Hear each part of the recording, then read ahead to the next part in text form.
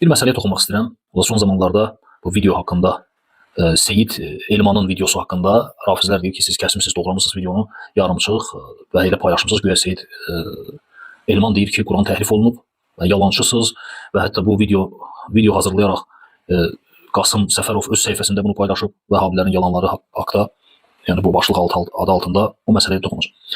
Birincisi bu video haqqında, yəni Quranın təhrifi haqqında Elmanın bu danışması, bunu kim kəsib doğrayıb? Yəni bilirsiniz bunu kim kəsib doğrayıb? Hələ özü videonu o cür kəsilmiş şəkildə paylaşıb öz TikTokunda. Və orada minlərlə insanlar bu videonu görüb və sən əgər şou yaratmaq istəyirsənsə, yəni bu cür eləmə. Yəni, zaten başlıq kimi bir xəbərin başlığı kimi videonun əvvəlində və yaxud qısa fraqment verirsənsə, orada yəni haqq olmalıdır. Bu altil şeyi sən belə şou məqsədi ilə eləməyin doğru deyil. Yəni qəsdli şəkildə kimsə götürüb ki, mən bu videonu tam versəsini görüb, sonra mən götürüm, mən buradan bunu kəsim, doğrayım bunu, belə cəmaata təqdim edeyim ki, güya bu belə şey deyil, belə bir qəsd olmayıb. Gəlin indi Elmanın səhifəsinə nəzər salaq. İmam Mehdi Əleyhisselam gələndə o kitabı gətirəcək inşallah. Və necə paylaşılıb, özü necə paylaşıbsa elə götürülüb.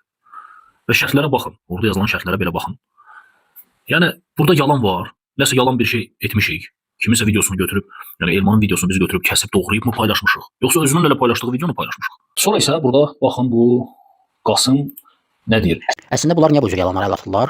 Bunların alimləri bəzi vaxtlarda Məhmud məqsud olsa, yəni məqsədin bəyənilən bir iş olsa yalan danışmağa icazə verirlər. Biz bunu bizim alimlərimizin olan Seyyid Xoya Ağa Rəhməhullah, Həzrət Ayətullah Uzma, Seyyid Xoya Ağa Rəhməhullah haqqında debat və arası danışanda onun cavabını verərkən də demişik. Bunların alimləri icazə verirlər ki, məqsədin bəyənilən iş olsa yalan danışa bilərsən. Amma sizdədir o, səhv salma. Yəni təqiyyə məsələsi, yalan danışmaq, bu sizin əqidədədir. İmam Nəvəvilərinin kitabıdır. Darun Kəthir tərəfindən çap olunan nüsxə Beyrut çapıdır. Bu kitabın 433-cü səhifəsində Bəbu bəyəni mə yecuzu minəl kəzib yaxud minəl kizb adlı bir bab var. 261 rəqəmli babdır. İmam Nəvəviləri deyir ki, fəkullu məqsudin məhmudin yumkinu təhsiluhu bi qeyril kəzibi yəhrumul kəzibu fihi. Deyir, hər bəyənilən işdə mümkündür ki, onu yalansız ələ gətirəsən, yalan danışmaq o işdə haramdır. Və illəm yumkin təhsiluhu illə bil kəzibi cəzəl kəzib. Deyir, əgər yox, onu o bəyənilən işə ələ gətirmək yalansız mümkün deyilsə, icazəli yalan danışa bilərsən. Sonra deyir ki, thumma in kana təhsilu zəlikəl məqsudi mubahan, kanəl kəzibu mubahan. Deyir, əgər o məqsud ki var, məqsədə çatmaq istəsən, onu təhsil etmək, ələ gətirmək mübah bir şey olsa, adi icazəli bir şey olsa, yalan danışmaq icazəlidir. Və in kana vaciban, yəni və in kana təhsilu zəlikəl məqsudi vaciban, kanəl kəzibu vaciban. Deyir, əgər o bəyənilən işə ələ gətirmək, məsələn, Vəhabilər şeyləri gözdən salmaq istəyirlər və bu da onlar üçün bəyənilən işdir. Bunu yerinə yetirmək deyir, vacib olsa, kanəl kəzibu vaciban. Yalan danışmaq da vacibdir. Yəni bu cür insanlar başlayırlar şeylərin əleyhinə yalanlar danışırlar. Yəni Nəvavinin burada şərhini, sözünü gətirib, görün nə deyir? Yəni ki, sanki müxalifə cavab vermək üçün yalan danışmaq olmaz. Olar. Sanki Nəvavi bu cür deyir. Yaxşı, İmam Nəvavi burada harda deyir ki, müxalifə rədd eləyəndə gördün, bacarmırsan, yalan danış. Belə bir şey var burada? Yox. Buradakı məqsəd aydındır axı, sən özün də bunu yaxşı bilirsən. Və bura kimi tərcümə elədim, bəli. Amma o əlavələri özünə əllədim. Yəni ki, yalan danışmaq kiməsə bacarmırsansa, yəni şeylərə cavab verə bilmirsənsə, yox. Belə bir şey yoxdur burada. Sonra deyir, misal gətir, davamını da oxuyaq. Yəni vacib olarsa, məsələ, o zaman yalan danışmaq vacibdir. Səhifənin o birisine çevirək, deməli, növbəti səhifədə gətirir ki, və idə xtəfə muslimun min zalimin yurid qatləhu. Yəni, müsəlman bir zalimdan gizlənərsə, o zalim onu öldürmək istəyir. Əv əxədə mələ, və yaxud malını götürübsə və gizlədib. Və bu zamanda yalan danışmaq, bir zalim deyir, bir sənə zülm edir, öldürmək istəyir və yaxud malını götürmək istəyir. Burada sən məzlumun tərəfini saxlamaq üçün zalima yalan danışırsan ki, onu öldürməsin. Yəni buradakı məqsəd, Nəvavinin gətirdiyi bu məsələ tamam başqa bir şeydir. Sənin dediyin burada məsələ tamam başqa bir şeydir. Sənin dediyin yalandır.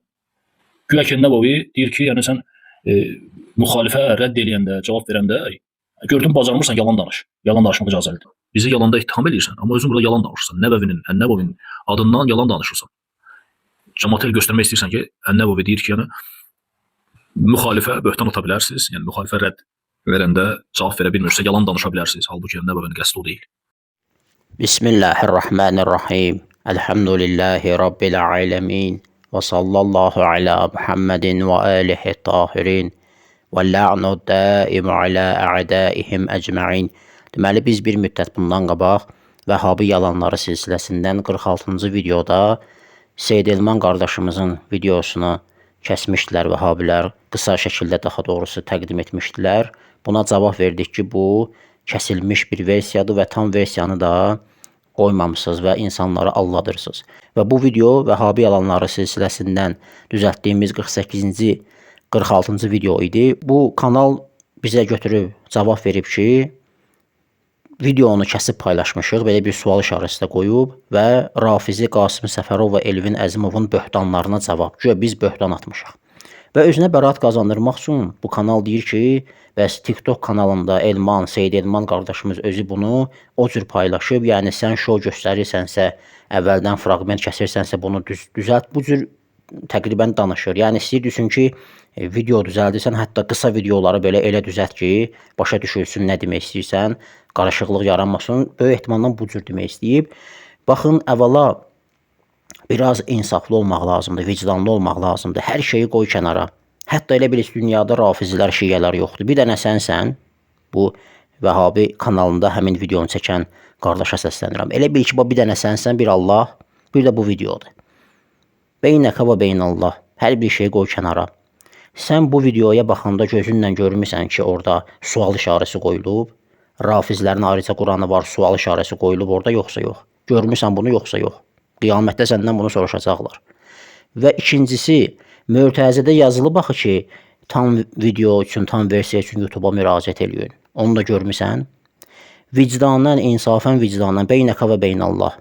Bu qərinələr olduğu halda sən hansı ehtimalla, hansı dəlil sübutla Allah dərgahında, ya bizi qoy kənara, hansı Allah dərgahında, hansı hüccəti gətirib iqamə edəcəksən ki, mən buna görə belə başa düşmüşəm ki, bu adam Quran təhrifindən danışır. Orada yazmışsınız ki, bu da açıq-aşkar etiraf eləyir. Yəni güya Elvin qardaşımızın çıxışını gətirir ki, bu gizlədir və Elman qardaşımız da güya etiraf edir. Və beynəkə və beynəllah get bu barədə düşün. Sonra deyir ki, ikincisi cəmaət orada kommentləri oxuyur. Cəmaatı qoy kənara. Cəmaət çox şey deyə bilər. Sən əgər ilahiyyatçısansa, sən əgər din təbliği ilə məşğulsansa, əgər dürüst olmalısan. Sən gedib YouTube kanalında onu tapıb baxmalıydın ki, doğrudan o cür deyir, yoxsa o cür demir. Bu birinci məsələ.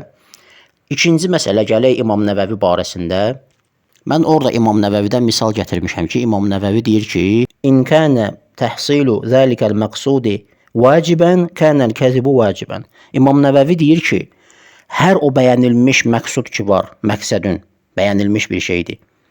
Onu yalansız ələ gətirmək mümkün deyilsə və onu ələ gətirmək vacibdirsə, müqəddiməsi də yalan olsa vacibdir, danış.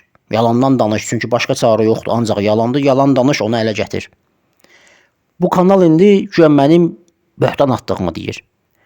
Deyir ki, sənə kim dedi ki, İmam Nəvəvi demək istəyir ki, müxalifə? Mən deməmişəm ki, İmam Nəvəvi deyir müxalifə. Mən məsələn gətirmişəm orada. Diqqətlə qulaq as sözümə, videoda da qoymusunuz.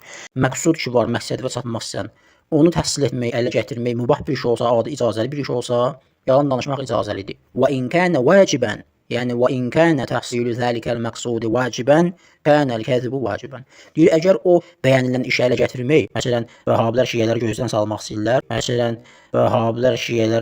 salmaq istəyirlər, demişəm, məsələn, bax, elm əhli arasında məntiq deyilən bir şey var. Hətta heç məntiq elmi oxumayanın da sadə məntiq olsa bunu bilə bilər.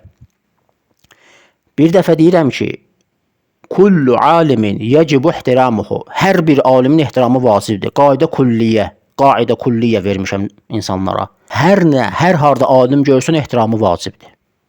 Daha gəlib demirlər, Zeyd alim də ehtiramı vacibdir, Məmməd alim də ehtiramı vacibdir, nə bilim, Həsən alim də ehtiramı vacibdir. Yox, alim qayda verib sənə. Alimin işi gücü yoxdur ki, hər predmetləri sənə cavablasın. Kulli qayda verib sənə. Qayda özü zaten kullidir, cüz'lərdə tətbiq edirsən. Harda alim görsün, sabit olsa ki, bu alimdə ehtiramı vacibdir. İmam Nəvəvi ümumi qayda verib sizə. Kul sözü gətirib, umum ədəvatındandır. Hər bir bəyənilmiş iş ki, bir sifəti gətirib bəyənilmiş Məhmuddur. Məqsudun bir sifəti. İkinci sifəti gətirib ki, əgər onu ələ gətirmək yalansız mümkün deyilsə və yalan da vacib və o işi ələ gətirmək vacibdirsə, yalan danışmaq da vacibdir. O işi ələ gətirmək mübahdırsa, yalan danışmaq mübahdır.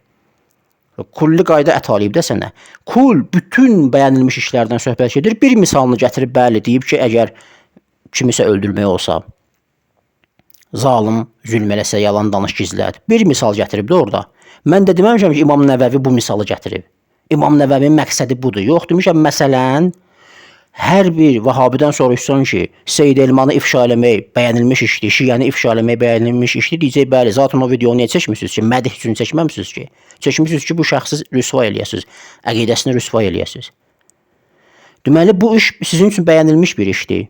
Və bəyənilmiş bir işdirsə, İmam Nəvəvi qayda verib sənə ki, kullu məqsudun məhmud, hər bəyənilmiş iş üçün əgər onu ələ gətirmək vacibdirsə və yalansız da mümkün deyilsə, bəli, yalan danışıb, onu ərsəyə gətirməlisən.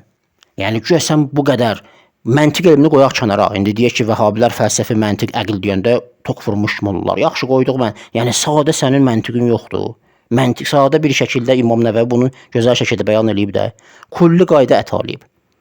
Yəni, doğrudan da sən bunu başa düşməmsən ki, bir misdaqı, bir predmeti də mən deyəndir. Və o ki, qaldı təqiyyə məsələsinə, təqiyyə elə sizin özünüzdə də var.